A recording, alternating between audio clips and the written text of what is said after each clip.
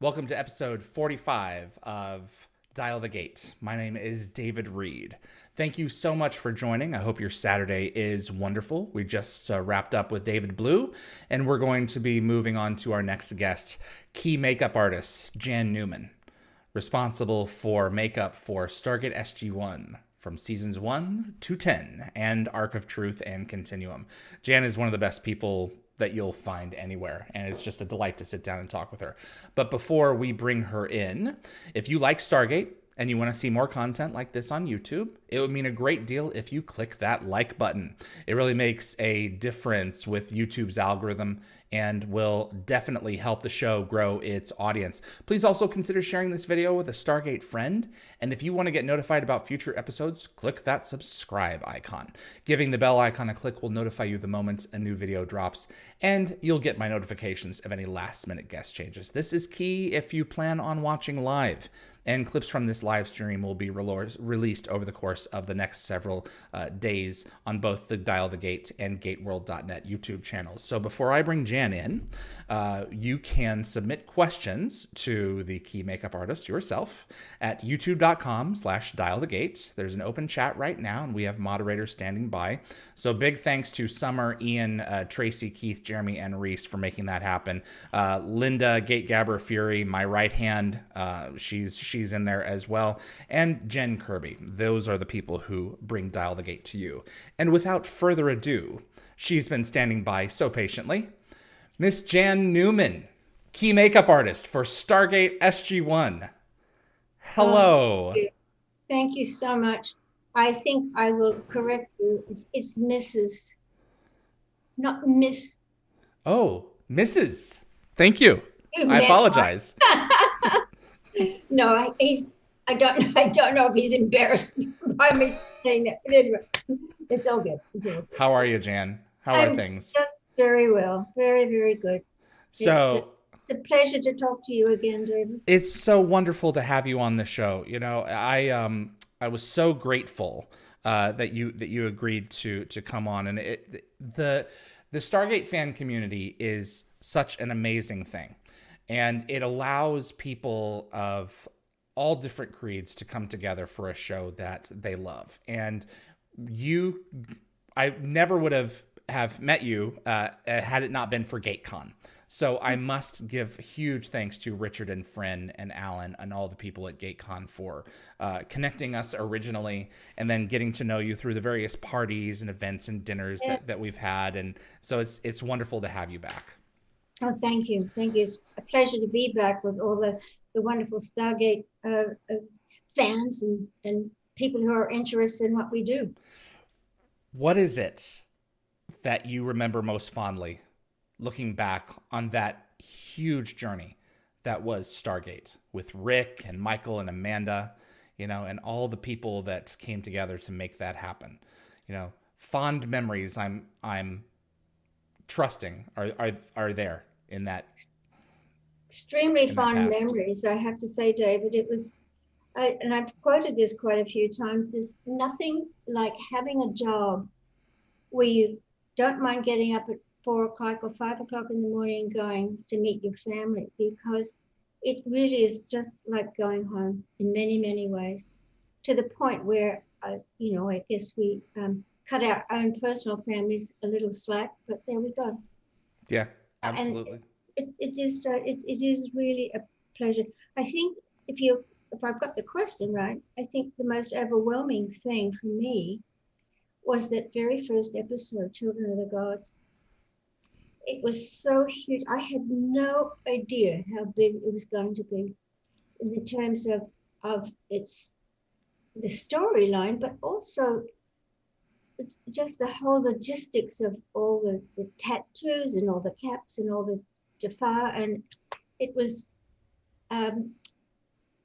all I could say is that thank goodness for all my wonderful makeup assistants and hairdressers and effects people, because it just would have gone straight over my head. Christina McQuarrie had a tremendous job. Yes. And it's interesting, David, because we when we're doing this kind of a job, you don't just do it by yourself. You read the script, you take your notes, you go to a concept meeting, and you meet everybody who is actually going to participate in what you do. And so we have to make sure that we can share our ideas with them and backwards, so that we, whatever starts in the art department, often it shows up loudly, and also in the costume department, the hair department, and of course the makeup department follows through on a lot of these things. And I'm very, very grateful to have been part of this, the early nucleus of these teams. Tell us a little bit about you. Where are you from originally? What did you want to do with your life when you were younger? And how did that pave the way to what you ultimately did with Stargate? Well, it goes all the way back to Australia. I was born in Australia in New South Wales, and I literally grew up in the bush in west of Sydney and the Blue Mountains, and it was just a wonderful childhood I had. I was the 8th of 9 children. So Wow. I had lots of brothers and sisters, playmates. We had a lot of playmates there, but I'm very, very grateful. You know, you talked about heroes. My family are my heroes, because without them, I'm probably not the person I am now, because I was extremely shy. I used to hide behind my mother's skirts when people came by, so very, very scary. But because there were 2 nurses in my family, it seemed like either you become a teacher or a nurse. So I went into nursing training for 4 years at the Sydney University Hospital, Royal Prince Albert Hospital. And I graduated from there, but somewhere within that time period, I wanted to be a flight attendant. Really? Yeah, and in those days, or at least in Australia, if you didn't have a nursing certificate or advanced first aid, they wouldn't really look at you. So when I applied for it, went into nursing school when I was 17, and I graduated 4 years later. And at that point, I was ready to go for an interview for the airlines, which I did. And I was very, very fortunate to get a job with Australian National Airways, Ansett Australia. And it was quite a small airline just within Australia. But once again, family, I just fell into my big family at home to family flying, and flew all over Australia. And by the time we had sort of spent 3 years, I had spent 3 years training and finishing training. I decided I wanted to travel a little bit, and my girlfriend and I decided, well, we'd go to Canada. Every Australian kid goes to England, and I said, no, because. And so we did. My eldest brother Don, trained for the Air Force in Canada at I think Fort McLeod, or down the south of Alberta. And so I had read his early diaries, and it's a really interesting place. So my friend and I, Joy, decided we took a ship to Vancouver, and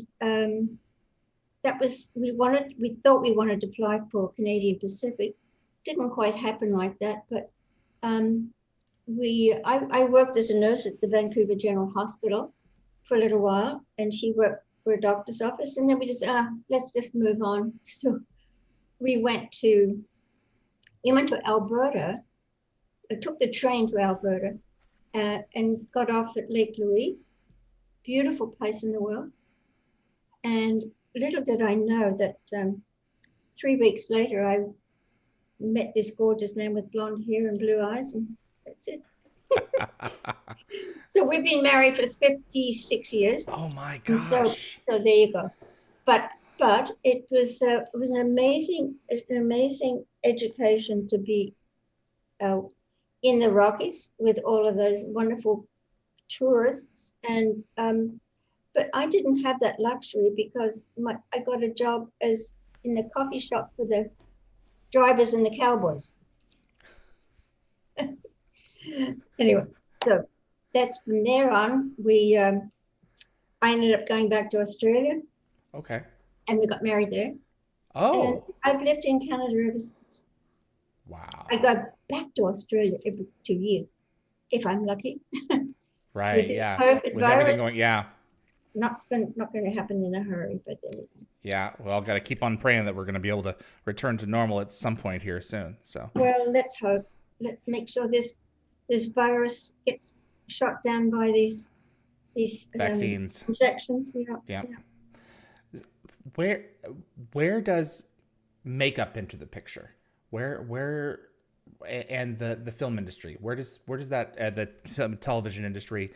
Where is the road that leads you to MacGyver?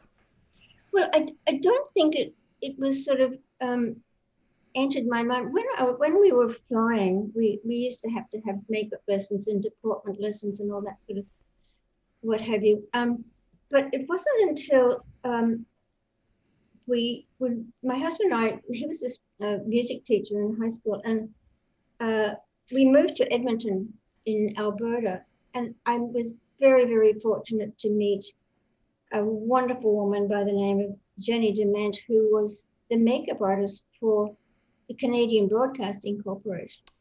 But she was also the makeup artist in charge of Vancouver, the Edmonton Opera Company, and music theatre, and because there was a lot of that in Alberta at that time. And I was feeling a little restless with nursing because it was they didn't want anybody full time, just part time. Oh. So, okay. So she offered me a chance to come and work with her in the opera, doing some background performances and the chorus and what have you. And I got to the point where I really enjoyed it. She paid me to have fun. Yeah, absolutely. And she was just a wonderful, wonderful woman. And some of my friends to this day are still makeup artists or former makeup artists that we met in those days. So I could honestly say that having gone from theatre into television news and broadcasting into doing feature films in Alberta, it was a giant leap, just a giant leap. But I managed it, got through it. I worked in a couple of movies in Alberta.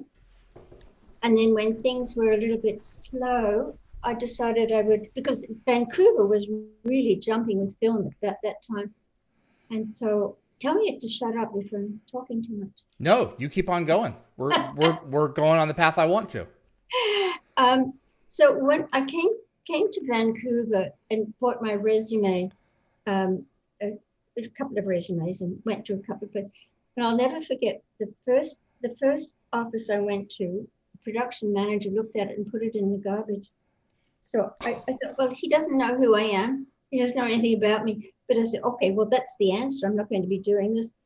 But it happened to be the script supervisor was working on the show, and I had worked with her before in Alberta. So we just clicked, and I stayed with her and got my next job, which was forgotten. Hitchhiker, I think the original Hitchhiker, the second season. And then I went on to 21 Jump Street.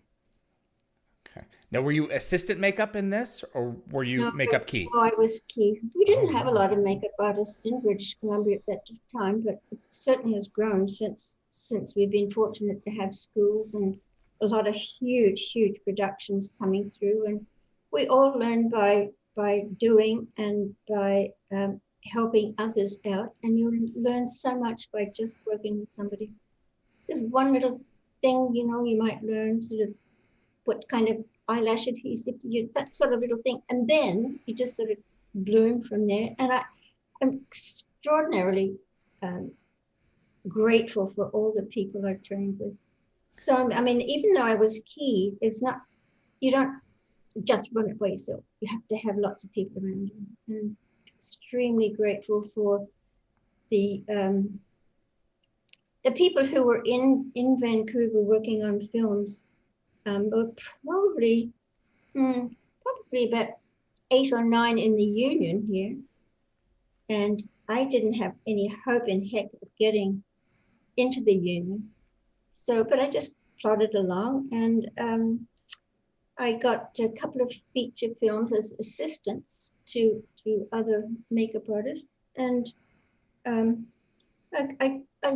think I met Brad right when I was doing Hitchhiker. Hitchhiker was one of those low budget kind of things that you do. And Hitchhiker, was it? Anyway, it was lots and lots of fun. And no, it wasn't Hitchhiker. It was. Are you working with Brad on? No, he was. I think he was a production or producer on it. Just trying. He was doing Outer Limits for a long time. Outer Limits. It was Outer Limits. Yeah. Was it? Okay. It was Outer Limits. Yeah. Okay. And that was a wonderful, once more, meeting all kinds of people, and we didn't have much in that time of makeup effects people, and so I think it was Outer Limits where some of our people moved from just straight makeup into makeup effects, and we have, to this day and age, we have some of the very, very best makeup effects people. I first met one of the best makeup effects people on a MacGyver that we aged Richard to 100 years old. In MacGyver? On MacGyver, yeah. Really? And I think Dave was from Los Angeles, but we had a lot of other people training with him. One of my assistants decided to go over there and help him, and that was good. So, little things like that to open the door, and somebody comes in and things change. So having been very, very fortunate to have been able to open those doors and go in and do what I do, I couldn't be happier. Now that I'm retired, I'm scared that I actually did what I did. Jan, you guys started on Children of the Gods in 1996, 97. I mean, it's like 22, 23, 24 years at this point. Did your schedule with Stargate remain fairly consistent throughout the 10-year run in terms of the time that you would get up, and be there on set, getting the makeup trailer ready, bringing the actors in, getting through to the end of the day? Compared to later on? To season 10? Honestly, David, it was so overwhelming to work on those first few episodes, because I don't know if people remember, but we had a lot of women with tattoos. Yes. And that was something that I think, I would have to say that I wasn't expecting that. But when the costume art department decided that they would look like they all looked, we had these very pretty tattoos made for them, or mostly just almost like stencils, and it was overwhelming. I think at one point I had 10 makeup assistants doing just the women, and it was a great place to meet makeup artists, and also I think for them to sort of get more of a feel for a big company with also big numbers of cast and background performers, and very, very lucky. Most of those people now, I'd say, David, are very, very highly trained, very much in demand makeup artists now. I had nothing to do with it. They came to work with us. But no, I think because I have a tendency to be rather shy, I think it was a bit overwhelming in many ways, but I was so grateful for their input into everything that I was doing as well. It's not a one-man band here, you know. It's everybody. Everybody helps. Everybody has their part to play. Jan, you said that you would get to bridge at about 4 or 5 in the morning? Depends on what we were doing, what location we were at. But if we were at the bridge studio, I'd probably be there by 6, set up the trailer for the first cast coming in. But what did that entail? Sorry? What did that entail, setting up the trailer? So you're the first one into that trailer. Well, that with the hairdresser and myself, yes, that we set it up. I always had a first assistant, sometimes a second assistant. And when we would go in, we'd set up, I'd get all the makeups out and all the hair and all that sort of thing all set ready, because we had the hair department had wigs to deal with, and we had tattoos to deal with, different colored. For instance, Apophis was gold, and right. Christopher was, Chris was dipped in gold for a while too.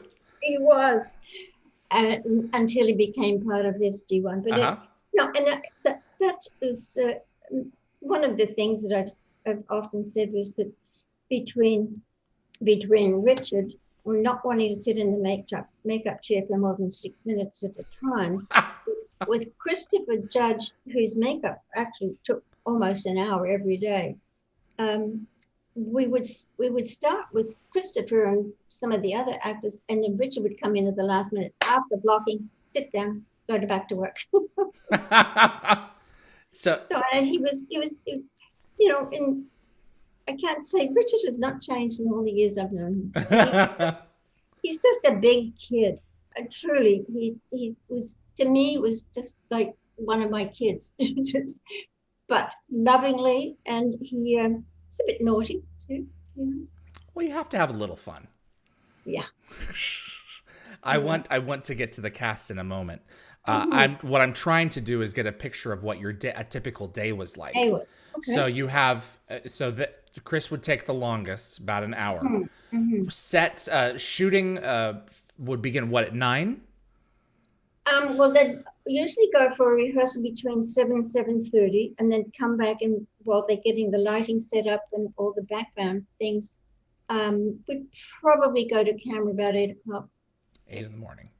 Okay. And then we would, in our department, because we would start, I would say probably an hour and a half before the rest of the crew. I mean, the grips and electrics would come in and do their thing as well. But I don't know, it was just, for me, one of those things that had to be organized. We had to have a plan. And once they left the makeup trailer, we would probably go to breakfast for a quick meal. And always somebody would have to be on set when the actors were there. And so that filled up the good part of our day. We had wonderful meals, so we were very lucky. I'd send one of my assistants to go and get my lunch so I could have time for lunch. Your catering was amazing. I remember it. Yeah. Well, the thing was too that at most points we only had a half-hour lunch break, and so if you didn't have it and didn't get to it, that was it. But and over the years that changed, because we could have breaks for break our assistants so that they could come back at a different time. At any given time, or certainly on Children of the Gods and those early episodes of Stargate, I probably had maybe 4 or 5 makeup first assistants and second assistant makeups. And that often, because our trailers in those days were quite limited in the number of trailers, we would set up tents for them. Oh. The background performers and the stunt people would probably often go to work with our assistants in the tents. And certainly the background performers were almost always in tents.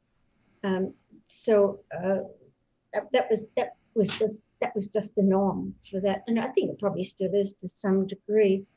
But getting back to my daily, probably I would probably clean up the actors. You'd put makeup on, but you also have to clean them off, right?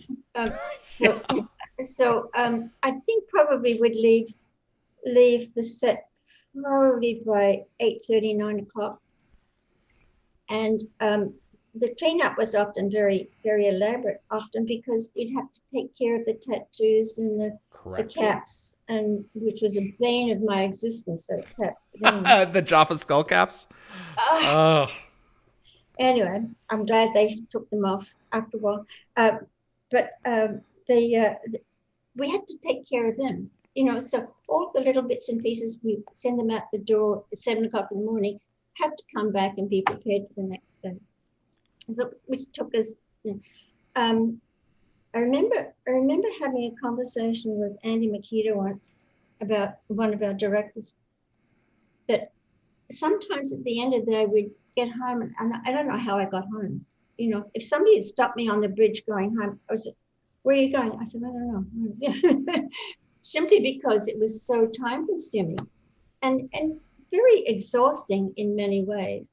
But, David, if you love what you do, you deal with it. It gives you the power that you need. Mm-hmm. And the people that you're going there to play with. I mean, Richard Dean Anderson, like you said, big kid, he's not at work. He's having a great time. And he's giving the lines, and he's hitting his cues and everything else. But you know what? He's not there to work. He's there to play. Can I just say this at this point in time? It's the 23rd of January. It is. Ricky. So happy birthday, Ricky Dean. I love you. Happy birthday, Rick. Absolutely. Yeah. Tell us about Amanda. Oh, what can I say? She's my sister, my daughter, my aunt, everybody. I just adore her. And then actually, it's interesting, David. I met her before I knew who she was. Really?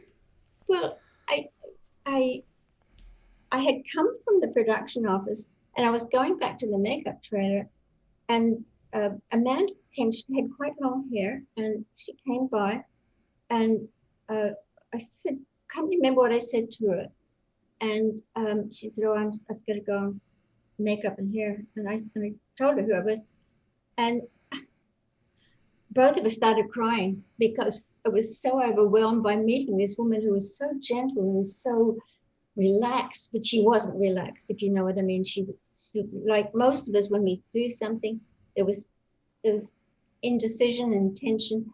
But honestly, by the time we got into the makeup trailer and she had her hair done and we figured out what her makeup was, it was just like being with a kid's sister or, I just can't. She is probably one of the most amazing women, not just actors, I've ever met. I think as well, Amanda is not just an actor. Amanda is an honest human being, truly a humanitarian, I would say, as well. Yeah. We became even better friends when Olivia was born. Right. Season 9. Bring Olivia into the makeup trailer, and Olivia right here, and I couldn't have been happier. That beautiful baby. So, but getting back to who she was and who she is to me, she's still a good friend. We still meet for tea once in a while, and good. Especially with a couple of my other former assistants who we just bonded completely. I think, and at least this is I think Amanda would probably say the same. It's not, and how can I say this? It's not rare that you can meet people and bond with them to a degree but to somebody like, well, I mean, I was bonded to Richard since the first day on MacGyver, so that for me was easy. He's such a charming person. And some of the other actors who became onto Stargate, I had worked with before, so sort of almost once again like going home. And to as far as Amanda's concerned, I would simply say she's 100% gold. She is the definition of a star. It's no question. No question. Absolutely. There is not a fake anything about that woman. She is completely genuine, and everything that everyone says about her is true. So, well, and that's so rare anymore. I mean, not so much now. It's gotten a lot better with transparency, with social media and everything else. In terms of, there's fewer shenanigans that you can get away with. Mm-hmm. But Amanda, I mean, from the first day I met her, I mean, she remembers who you are. That brain in that skull of hers keeps track of so much information, and everyone that I talk with says that she's an exceptional director. She should have been a Rhodes Scholar as well. I don't know what is her IQ is way up there anyway, Mm-hmm. but that makes it even better because she's so humble with her ability to do what she does, and it's not just doing the job and saying the words and everything. She's juggling so much else into her day, whether it's at work or whether it's at home or doing some of her charity work. She just gives it all. I don't know how else to say it, but she's a champion. Michael Shanks. Oh, well, Michael Shanks. What can I say about Michael? He was sort of more the mischievous kid. No. He's pretty young when he started the show. Very young. Yeah, I think he was just out of university. Oh, he'd been at Stratford, I think, prior to him coming to Stargate, but a consummate actor. I think always knew his lines. There were times when some of not the characters, but the way that the script is written is a little bit shocking for him and for us in terms of, I would have to say, when he's aged to whatever he was in, I can't remember the name. There was an episode where he played Machello, and it was actually Michael under all that makeup. He was like 100 years old. It was. Yeah. And I wish I could tell you who did the makeup, but I think it was probably Todd Masters or some. We had a lot of very youngish in terms of years of work experience, but very talented makeup effects people. But a lot of them who made the prosthetics for Richard and for Dave Dupuy did that one. I remember because he was an Academy Award winner from Los Angeles, and it was just really lovely. But I think Todd and Chris Penny, who was my makeup assistant at one point, Rachel Griffin was makeup, Holland Miller, just so many wonderful young, I'd say very inquisitive about how they would approach their prosthetics and their designs. Of course, the art department of the producers always had their idea of what was going to be, and if it was a character of historic purposes, then they already had the work pretty much planned out for them. But I was always amazed at some of the, the tokers and this. Right. All the different Gould. Yeah. They were so lifelike. And you can sort of want to walk up and pat them on the head and say, "How are you doing today?" But does that answer what my day was like? Yeah, you had all different kinds of things going on. That scene of Wormhole Extreme where you're standing by the green aliens with Willie Garson, and Willie Garson says, "Oh, they went with green. Okay."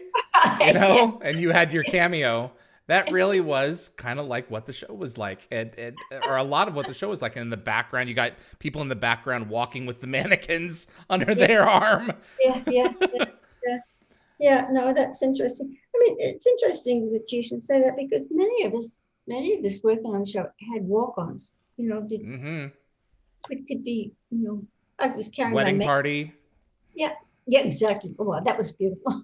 Yes. But just not just big scenes, but sort of, as you say, walking behind, carrying somebody's legs or somebody's torso, or a wig on somebody's head that shouldn't be there. That we did. But such a treasure and a pleasure that I just wish my memory was better. Good. It's short, but it's not too bad. Well, you remember the important people. Mm-hmm. I did another series, short-lived, called Dialing Home, and it was with Christopher Judge. And Christopher always had wonderful things to say about you and how patient you were with him, because he could not be more of a prankster. And just, you want to talk about a kid in an adult's body. You could definitely say that for Rick, but for Chris, tremendously as well. I've rarely met a person who loved life as much as that man does. Yeah, I first met him on MacGyver. He was a pup. He had a guest starring role. He was a football player, what he was. But anyway, he was really young. He was. I think he's learning. MacGyver was teaching him something about levers and stuff like that, and he was a bit of a naughty boy then. But he was very young. I just smack him out the face. He told us about a time where he destroyed Terrell's makeup job by wrapping her up in duct tape. What? Remember that? Terrell? You don't? No. Yeah. I was probably out to lunch that day. They had been arguing about something, and so she decided that she was just going to ignore him. And he would talk to her, and she'd be like, "What is that sound? Do you guys hear that really irritating noise?" Yeah. So he just had enough, where he just duct taped her to a chair, and the makeup had to be reapplied. I didn't do Terrell's makeup in those days. Okay. My assistant always did, although I did her makeup a few times, but I think Christopher and Dorothy did most of her makeups, and but lovely lady. Enjoyed absolutely her. Genuine. Tell us about Dawn. About Dawn S. Davis. Oh, be still my heart. Yeah. Right. Well, once again, I'll have to tell you that I'm not supposed to be talking about this. I met Dawn on MacGyver. Yeah. And Dana Elkar's double. Well, it turns out that way. Yes. I think I've probably mentioned this before, but we had to put Dana into the water, into a pond or something for whatever reason. I don't. We didn't have time for a stunt double, really, and to put a ball cap on a stunt double. And it happens that Dawn was one of the characters running through the bushes chasing up the. And I said to the producers, could we just use Dawn in as a photo double? You did. And so Don Davis became stunt double for a couple of times for mostly just for him, but I think Don was a university graduate in art and science and all those things, is a good actor, very good actor. And it's a gentle, gentle soul. So to see him on stage doing his artwork from theater, and then seeing him running through the bushes following a a hairy creature, it was so unlike what you would see the man on the stage or in the theater or in his office, seeing him doing all this. And he was very, very lovely. I miss him a lot. Hammond was, no one else was in contention for that role. They made that role for Don. I think so. I agree. Yeah. He was as I said, there were many, many lovely, gentle people on our shows, but Don was charismatic in a gentle sort of way. Yeah. He just catch you off and said, yeah, well, that was Don. I found that every time I got to work with him was a real treasure. Was there anyone over the years of that show that you just pinched yourself that you got to work with? You had some heavyweights in that series. You had Mel Harris. You had Lou Gossett Jr. You had Beau Bridges. I worked with Beau before in a previous, and when his father, Lloyd. Yeah. So it was good. But, yes, I think,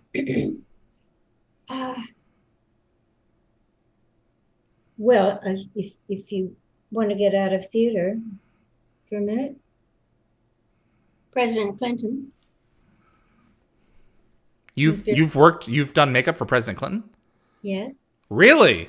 All right. Yes. And for Pierre Trudeau, a lot of big wigs, but yes, I don't know. I just think that Clinton was here during the G7 summit, and I think I was working with John Lennox, and I was trying to think. Anyway, it came down to the fact that they needed a makeup artist because he'd been out jogging in the morning and he was very sunburnt or something. So you needed some adjustments.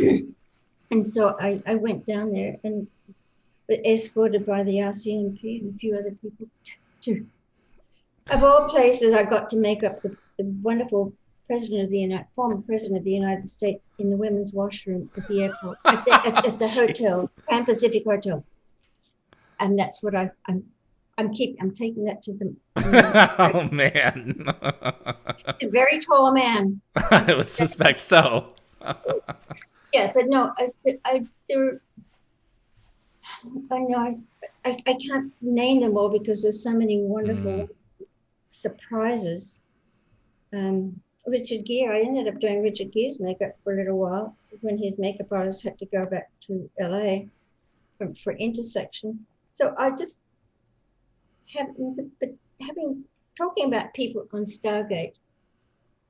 Well, you're right, Lou Gossett Jr. and Dom DeLuise and Dom Ergo.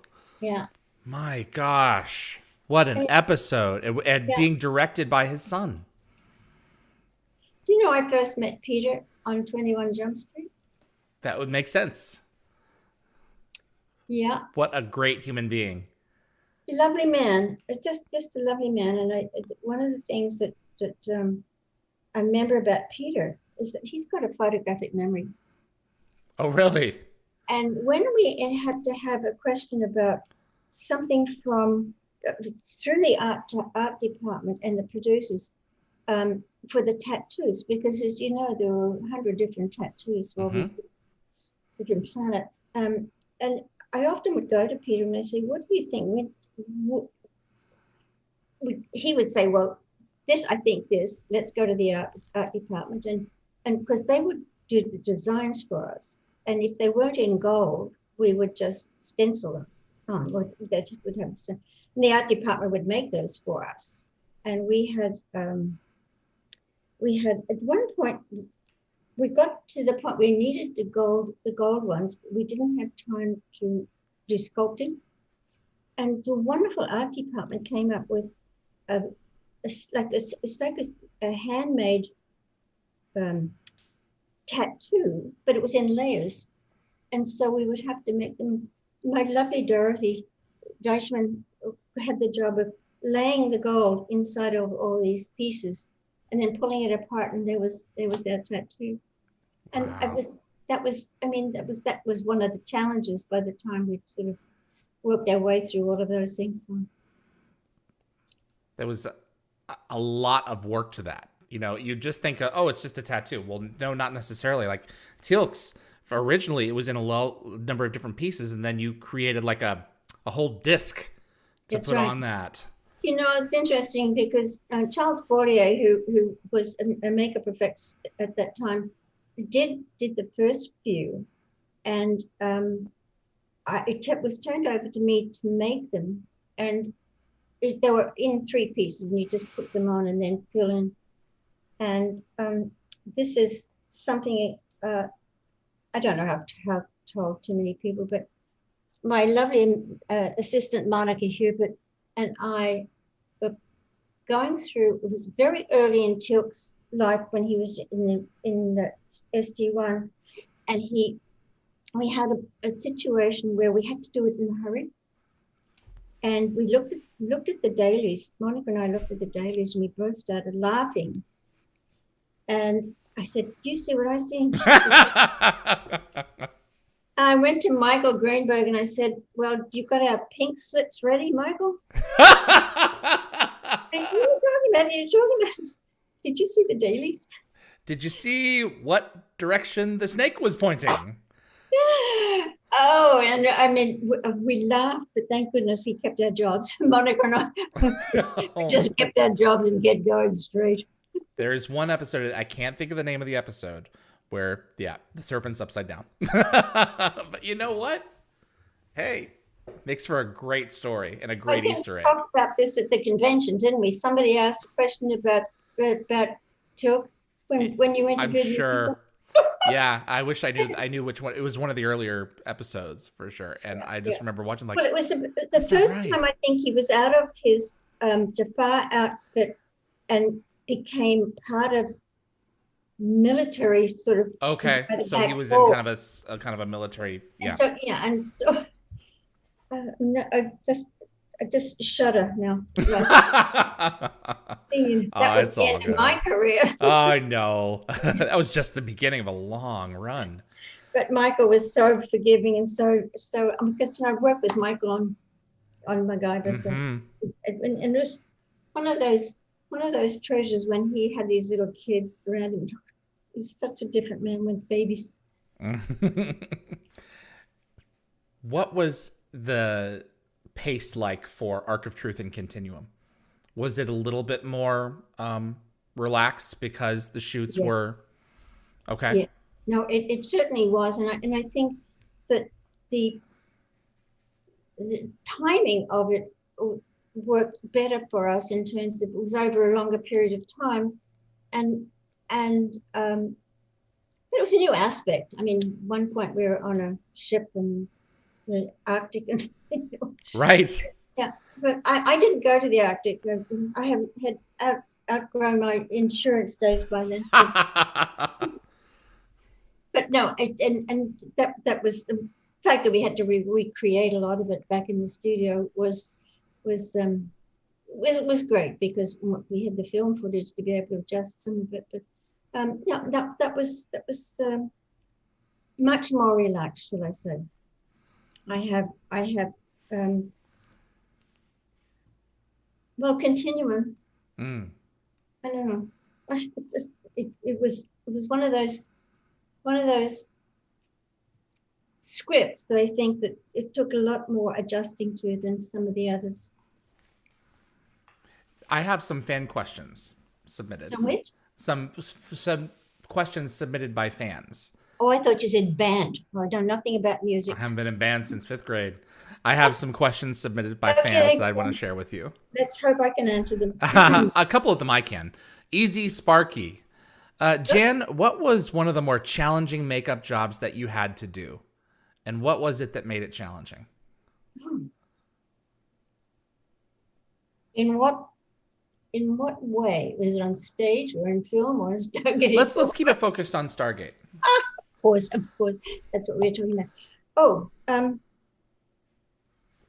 I'd mentioned that Christopher's makeup took a long time, and it was one of those makeups that was done by me and by Christopher, having done his research for what he thinks it should look like, because he came as an alien, and we had to decide if it was being somewhat some Egyptian attachments to it. But the fact that it also Apophis was another one, but that how would we create the gold from the kingdom into the makeup that they had, since they were little, had been developing. Do you know what I mean? As the person, Christopher had a lot to do with his look. The eye makeup and the gold was very, very much a joint plan with Christopher and also the producers, of course. And you don't do anything without producers and directors having their say. And thank goodness for them, because it gives you a little better sense of direction. Of course, as you know, a lot of it's already in the script, so you have to have a basis. You can lean on that, yeah. Okay, well, I would say that's the answer to that question. The two of them, Apophis and Teal'c. Stephen Ames asked, is Teal'c's loss of his gold makeup because he started using Tritonin? So in season 6, he started getting those injections instead of having the symbiote in his belly. And he started being more human-like because he wasn't relying on his junior anymore to be a Jaffa. From what I have gathered from when we did that, I really think that when he joined SG-1, he decided that the important part from him was, forgotten what they call it, but where he light the candles and Kelnorim, yeah, he would meditate. Yep. Kelnorim, he'd do his meditation, and I think the basis of it was that he didn't need that ritual anymore to prepare himself. He still had his tattoo, but didn't need the continuity of his gold in his eyes, and he just became a man, human. I mean, as human as he could be. Right. As human as he could be. Jet Ison, who was the quickest to prepare? I think you answered this, that Rick was in and out. Well, that's a no-brainer. 8 minutes mostly for Richard. Depending on whether or not we got into a discussion about something. And he always had an opinion about something. And a couple of things I always remember about Rick was that he definitely had an opinion. And I would say, but never. And he said, there is no such thing as never. And I just remember that. But being an English major, he and his dad with his upbringing, I think he probably was able to rewrite a lot of the scripts himself in his own head. Does it make sense? He would often change. I don't know about often, but he was allowed to suggest dialogue, and sometimes on the set it would just kind of come out. Yeah. Yes. Like him with Tom Macbeth, and Ronnie Cox. I'm Starsky. This is Hutch. That's all. That's Rick. That wasn't in the script. No. And I mean, he had he has such a wonderful imagination anyway. And you think that depending where we were shooting, sometimes he'd just look around, whether in the sand dunes or up in Red Rock Canyon, and something would just jump out at him, and he'd add that just to part of the, oh, can you see this, or what do you think about? And that's, I mean, he probably wrote half the script himself. I think it benefited from his kind of spastic is not the right word, but there was an inattentive quality to him that made Jack very childlike and like, oh, that's interesting. I'm going to comment on that. You think ADHD had anything to do with it?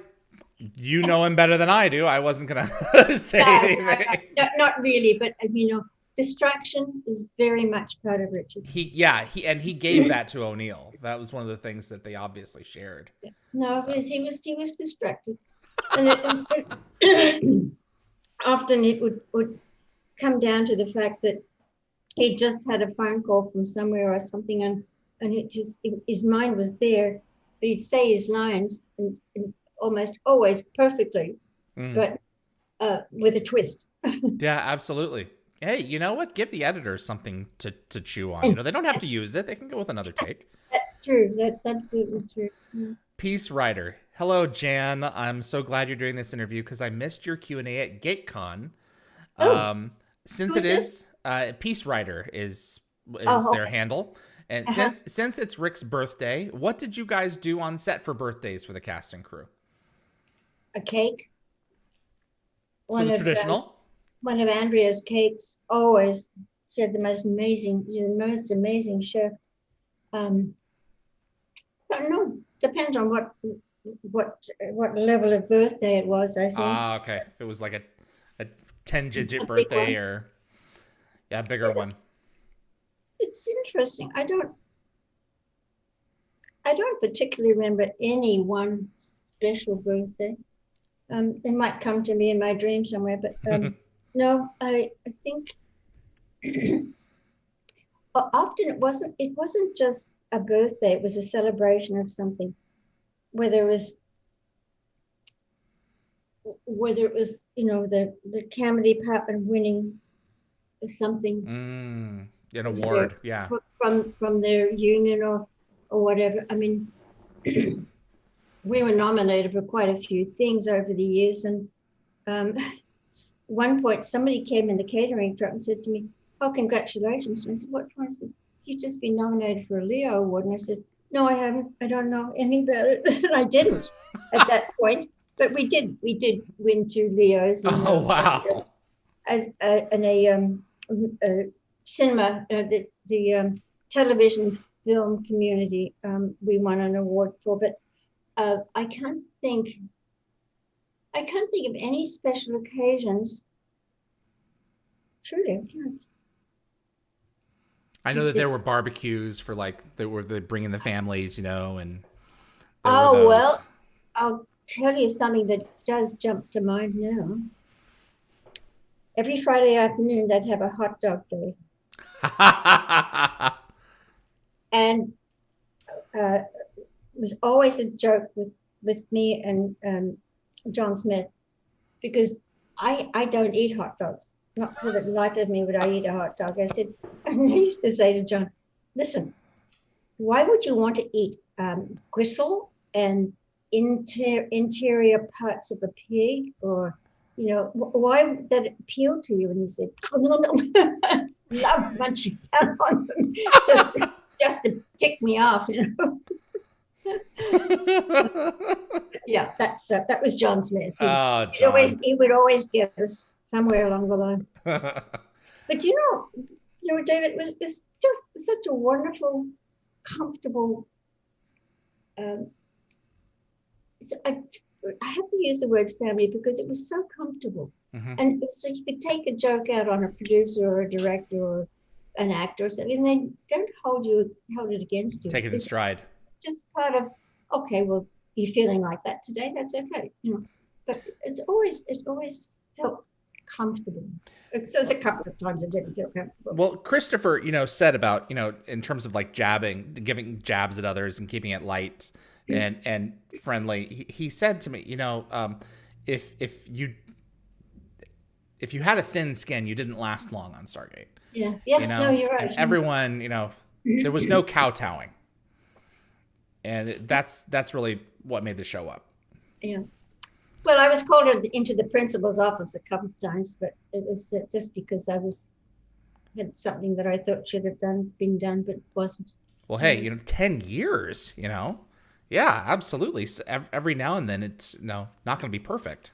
Yeah. So. No, and it's as you say, it's how you sort of wake up in the morning or get caught in traffic or what's going on. That's nature. It's just the way we are as human beings, and it can chop us up. I wanted to ask you, if you're willing, about one of the more interesting times. Unending, the last episode of the show. Everyone was aged. And do you feel that came off as well as it did? Do you think was that one of the... It's probably not one that I've seen. I just don't remember that. Oh, okay. Everyone was stuck on board the ship, and you aged them all like 50 years. Oh, yes. Oh, yes. Well, there was a combined effort on everybody's part, especially Shanks and the art department. Mm-hmm. Here, it wasn't any one department that created those looks, but yeah, we had to age people and change put contact lenses in them and things like that for just for a good ending, I suppose, is what you would say. I don't know. The last episode of the show, for sure. Akos wanted to know, how often did you ever feel that you were pushed to your creative limits as a makeup artist? It's like, well, we'll try this, but I'm not sure how it's going to come out, or, something along those lines. Well, David, we were very, very fortunate in that we had enough time to prep some things. And we did have drawings from the producers would give you the idea, and the costume department have their drawings, and so it was a combined effort, really, I would say, for most of those things. But I can't think of any one thing that caused problems if I couldn't do something properly or creatively the way the producers wanted them. I have to think on that. I just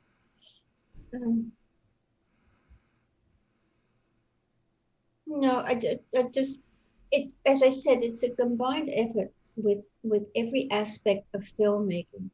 And if you really screwed up, then if you really messed up, then you really messed up, and it's your fault. But we would always have previews too. If yes, it would be special, we'd do it and bring the producers, or bring it to the producers, and say, is this how you thought of it? And often it is, I've said before, you can do makeup, but if the costume doesn't work to the makeup and the hairstyle doesn't work to the makeup, or the vice versa, it has, you have to do your job and then combine it to make sure that the visual is very important to the producers and to the show, and to what it creates and what it gives to the show. What was that whole process like in the beginning with Christina McQuarrie and the others, creating all those different looks for all those different system lords? Teresa wanted to know. And the system lords that came later, the different Gould with all the different cultural backgrounds and everything else. How did you guys pull that off over the course of all of those episodes, creating the different designs for every representing all the different cultures of the earth? Well, when it just comes to my department, I would have to say, when it comes to the tattoos and the skull caps, we would talk to costumes and the art department as to see their vision of it. I recall many times, Peter, as I said to you before, Peter Deloise has a photographic memory, and he could tell you which tattoo was on which what. Yeah, And so, which belonged to which god, yeah. and so without having a picture in front of you. Wow. So he really was pretty amazing, and I would say I can't think of any one thing that would create. I really can't think. It was a real collaboration. Always, it always, not from get go. I mean, when we started, when we started SG-1, we met many times for meetings, and each department or hair and makeup would have their meeting, and costumes would have theirs, and so there were times when I would go to the art department and say, what, in your opinion, what is this look going to be? What color, or, what skin color, or whatever? And they would always come up with some good ideas, and we'd take it to the next department, and that's how Apophis came to be honest with you. Yeah, Peter Williams, the original bad guy for Stargate SG-1. He sure was, yeah. So, what a cool guy. Yeah, and he was, and I've worked with him on many other things before, and he's a wicked sense of humor. Mm-hmm. At one point, with his costume on and his makeup was finished, he said, "Okay, I want you to I forgot what they call it in I want to see the abs. I had to paint abs. They'll never be seen." But he said, "Oh no, what happens if I had to paint abs on him?" Yeah, I think you see them in Children of the Gods. Yeah. No, that was Peter, and I mean he had them already, but I just had to enhance them for lighting.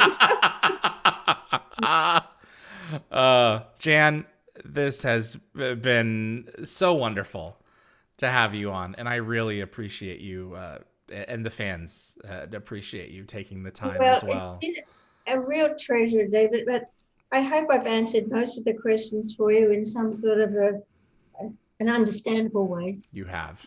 Very cohesive. I've been told that my accent hasn't left Australia, but No, you were great. Thank you for doing that. I love the fans asking questions. I think that is something that really, really helps the machinery go when it comes to making productions. You can't do these things without fans.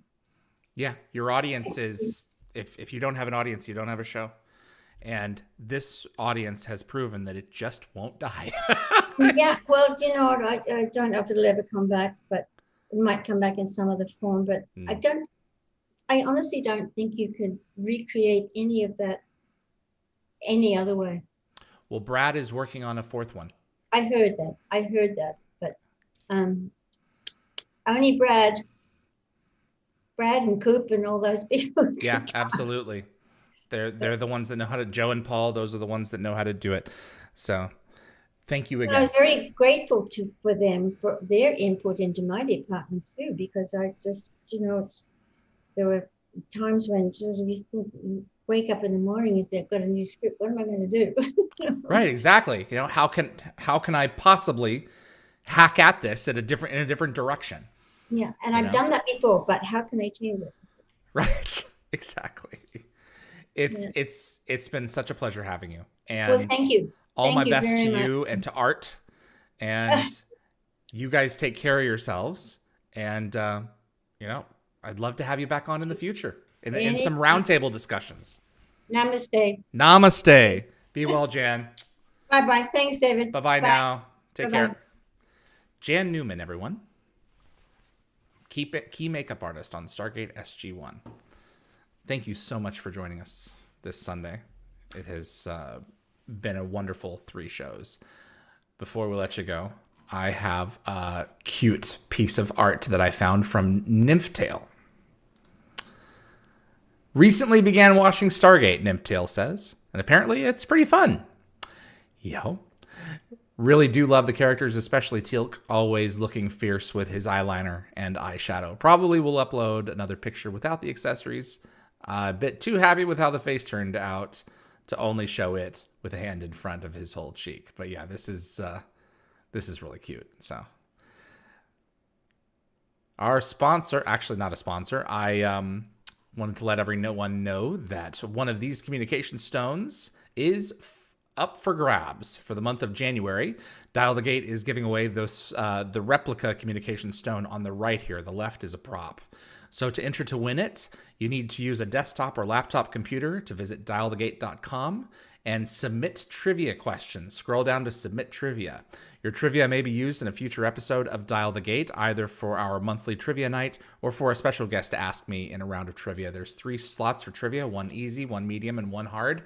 You only need to fill in 1, but you're more than welcome to submit up to the 3 there.